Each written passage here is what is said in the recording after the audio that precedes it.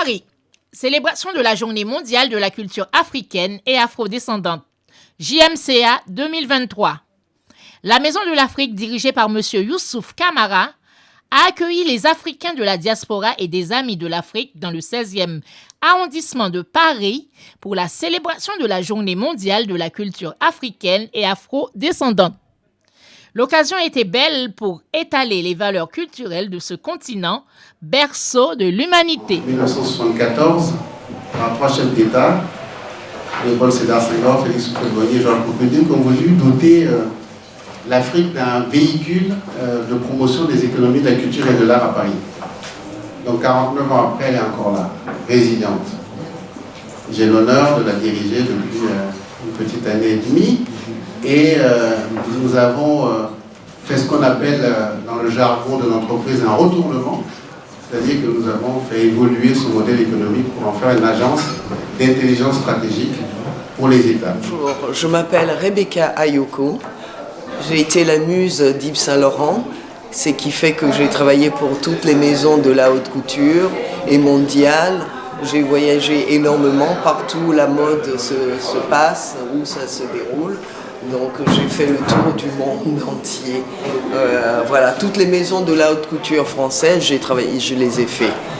Et je suis ici ce soir, invitée. Et c'est la première fois que je viens, parce que dès qu'elle m'a dit « ça concerne l'Afrique », je n'ai pas hésité, pas une seconde. Tout ce qui concerne l'Afrique, c'est la patrie, c'est la terre qui m'a donné vie. J'ai pris le sein de ma mère en Afrique, je suis venue au monde en Afrique, donc tout ce qui concerne l'Afrique me concerne. Voilà. Aujourd'hui, je suis enchantée d'être là pour la journée de l'Afrique et des afro-descendants. Moi, je me sens complètement africaine. Haïti n'a jamais laissé l'Afrique.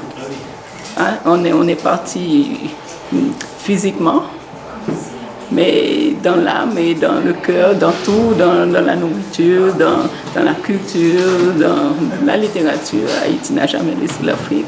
Pour moi, l'Afrique, c'est le double. Vous voyez, Antonin Artaud dit le théâtre est son double. Eh bien, l'Afrique, Haïti, l'Afrique est son double. On est le double de l'Afrique. C'est une petite Afrique importée dans l'autre continent. Et ça, c'est notre héritage et c'est notre force. Parce qu'on voit que Haïti, malgré on a coupé les vives,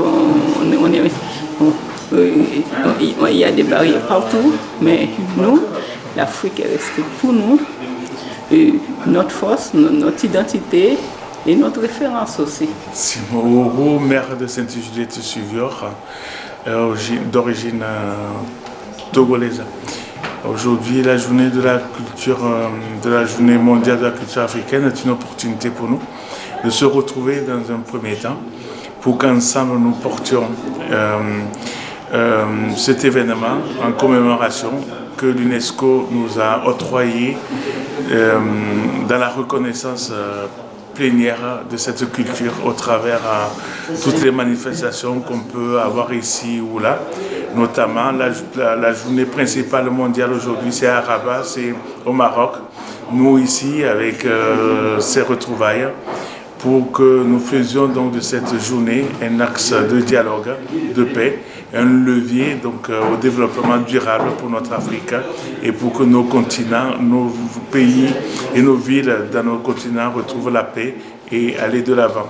Voilà.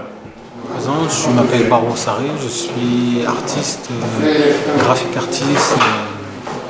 Je fais essentiellement des créations digitales. Je suis ravi d'être invité à la Maison de l'Afrique aujourd'hui pour présenter quelques pièces à moi. pour l'honneur de cet événement. J'ai l'honneur d'être invité à cet événement.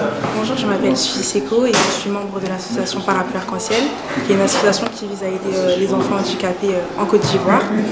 Pour moi, c'est très important, cette journée mondiale de la culture africaine, car je représente la jeunesse. C'est très important de voir cette union qu'il y a, et avec tous les différents partenaires et membres qu'il y a aujourd'hui. Et c'est porteur d'espoir pour l'avenir, pour une Afrique plus solidaire et basée sur le progrès.